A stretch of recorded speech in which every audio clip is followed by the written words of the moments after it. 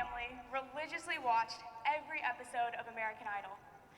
I vividly remember the 2012 finals round. Philip Phillips won the entire competition with his absolute banger of a song, Home. I felt with pride that I, Sydney Field, was the deciding vote to determine his win. And I proceeded with celebratory dancing and singing all over my kitchen, only for my parents to have the audacity to look me straight in the eyes and say, "Sydney, you are tone deaf." Even though they crushed a small dream of mine, they protected me from complete humiliation with their honesty, because from a young age, I knew this. I am a terrible singer. And no matter how many times I try inexplicably hard to sing Chasing Cars perfectly in my car, I will never do Snow Patrol justice. I just won't, and I accept that fact. It's easier for me to accept being a terrible singer. I will even say it with pride. But it's harder for me to accept other truths about myself. One truth that is particularly hard for me to accept is the fact that I don't want to be standing on this stage right now. If you've talked to me about this event, I've probably said something along the lines of, I don't want to perform. I don't know what I'm going to say. I'm not ready. And I know I'm giving you guys a lot of confidence for the rest of my performance, but bear with me. My freshman year, I sat in the back of the audience in awe of all the performers sharing their lives with us, sharing the intimate pieces of themselves that make them who they are.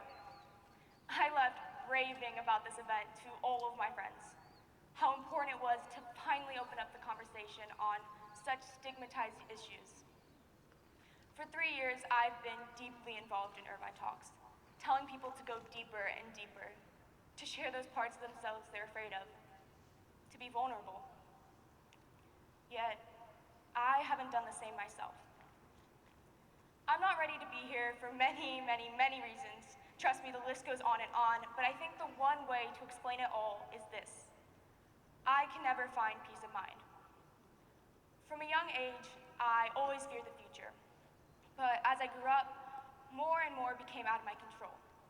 What my parents did, what friends I kept, what my future looked like.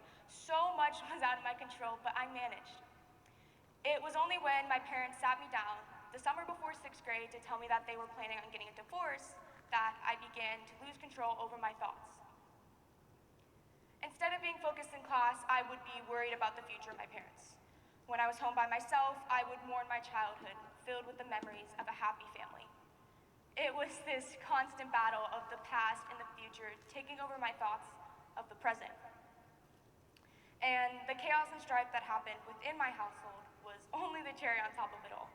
I don't blame my parents, but I never actually let on how much their actions impacted me. How much I just wanted to be left out of it all and to simply enjoy being a kid. I didn't want to complain or share my feelings with my parents because I knew how much they sacrificed for me. But they hurt me and they changed me. When high school came around, I was able to join all of you other Irvine overachievers with a packed schedule, leaving the house at 7 a.m. and returning home at 9 p.m. to do homework and study didn't leave a lot of room to think about myself. I didn't have to be constantly in my own head, and it seemed wonderful on the surface. But at the end of the day, I was never present. Because when in a group setting with my friends, I was only thinking about what I should say, which conversations I should join, and if they even wanted me in the conversation at all. I knew other people's opinions of me didn't matter in the long run, but as much as I tried to believe this truth, I still felt anxious. I still felt like I couldn't be myself, and I still wasn't present. I constantly spaced out in conversations, never truly taking in the words people were saying.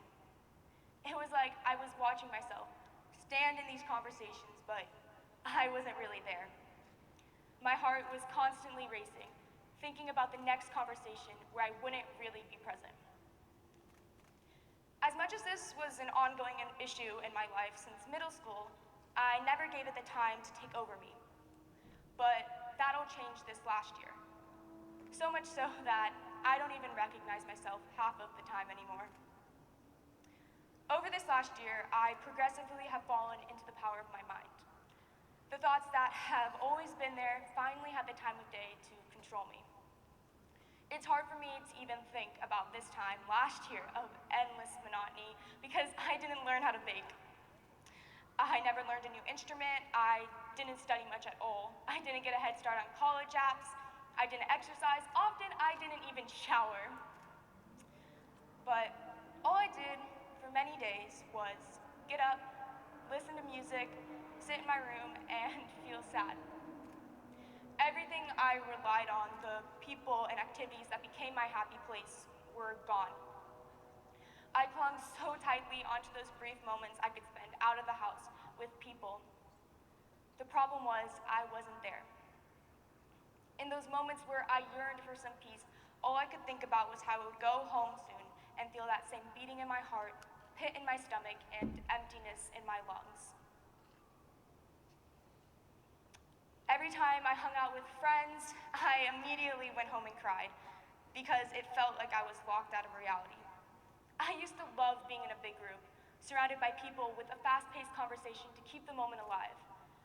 But now I panic every time I'm put in those situations. And when I spend days alone at home, all I can think about is those moments in the past where I should have been happy. I should remember smiling and having a wonderful time, but all I can remember is how I didn't feel like I was there. I was never present. Looking back at this last year is hard. I think back to the last 12 months and feel like time has escaped me. Like I've lost. Like my mind has robbed me of every second I've had this year. But something I try to remind myself now is that I can't sing. I'm not ready to give my American Idol performance, but that's fine. I don't need to be ready. I can't just ignore the fact that I have trouble being present and consequently hate myself for never truly living in the moment. It would be so much easier for me to not share all of this with an audience full of people I actually will have to face again, especially those I'm close to and my family. I thought by this point, my senior year, almost a real adult now, I would finally have some clarity. Like, dear God, some clarity. But I haven't gone through the revelation that will help me finally be present. I've tried the whole mindfulness thing, and it hasn't really stuck with me. I've tried talking with friends and a therapist, but both have just made me feel extremely uncomfortable. I'm an emotional wreck so often, and certain songs push me so far into the past that I will lie on my floor for hours, crying and staring at a wall. I always feel like I'm wasting my time and letting my life slip by me, so as you can see, I'm not ready to be here. I haven't found that peace of mind. And part of me felt like a hypocrite, preaching vulnerability for my 4 years of high school, but never truly basking in vulnerability myself. In fact, just to set the record straight, I am terrified right now. I hate the fear of telling people how I feel and wondering where to draw the line. When will I be too much? When will I finally become a burden? I've gone through many different mindsets, from straight up nihilism to feeling like every little thing matters. But right now, I'm just trying to be here at Irvine Talks, Chapter 4. It's pretty cool. We've all gone through a lot this year, and in so many different ways, and it's okay if we're not ready to speed forward into the future of more uncertainty. We're taught to see ourselves as the sum of our accomplishments, but when that's stripped away, who are we?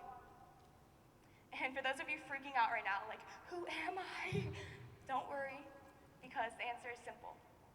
We're all just human, with different beliefs, opinions, and perspectives. We've all gone through different hardships and trials, and now more than ever, we need to be able to take the time to reflect, to listen to each other, and to learn from all of it. There's so much hate, stress, and anger in the world, but we can start to change that with our stories. As negative and cynical as I can be, I have hope for us all. I know I will work towards finding more peace of mind. And I know all of you will get to where you want to be too. We'll roll with the punches together and be able to look back at the mess we've created. A beautiful mess. And the extremely edgy teen in me cringes as I say all of this, because yes, it's cheesy and it's gross, but it's also true. I will never be ready to be on this stage. To have the strength to believe in myself. To wholeheartedly be myself around the people that I love. To welcome change with open arms. To remain grounded despite the past. To leave behind the things that bring me safety and comfort. Emotionally able to share my thoughts and ideas. We're not ready to be vulnerable, but we'll take a chance, and we hope you do too.